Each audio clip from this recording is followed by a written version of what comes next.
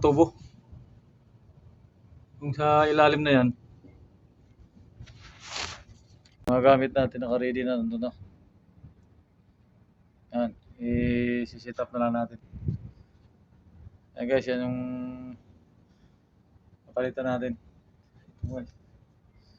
Palitan natin ng bago. Guys, ito yung signal natin. Yung natin dito guys, 3 dito. Ito yung saksakan. Yan. Saksak natin dito guys. Yan. Tapos, ikutin. Ito guys, ito.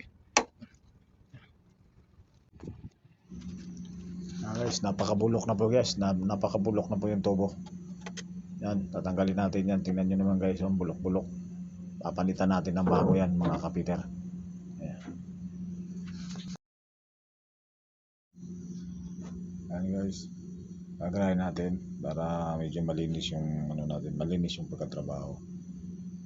Patukan natin ng konti, maraming kalawang.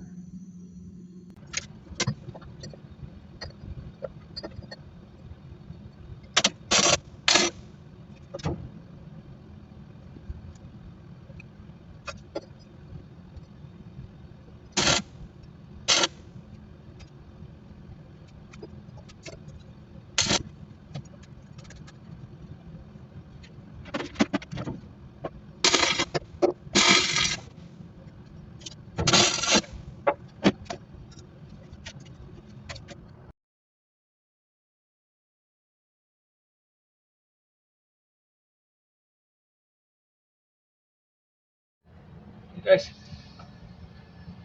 tapos na yung welding natin. Nakikabit po yung pipe.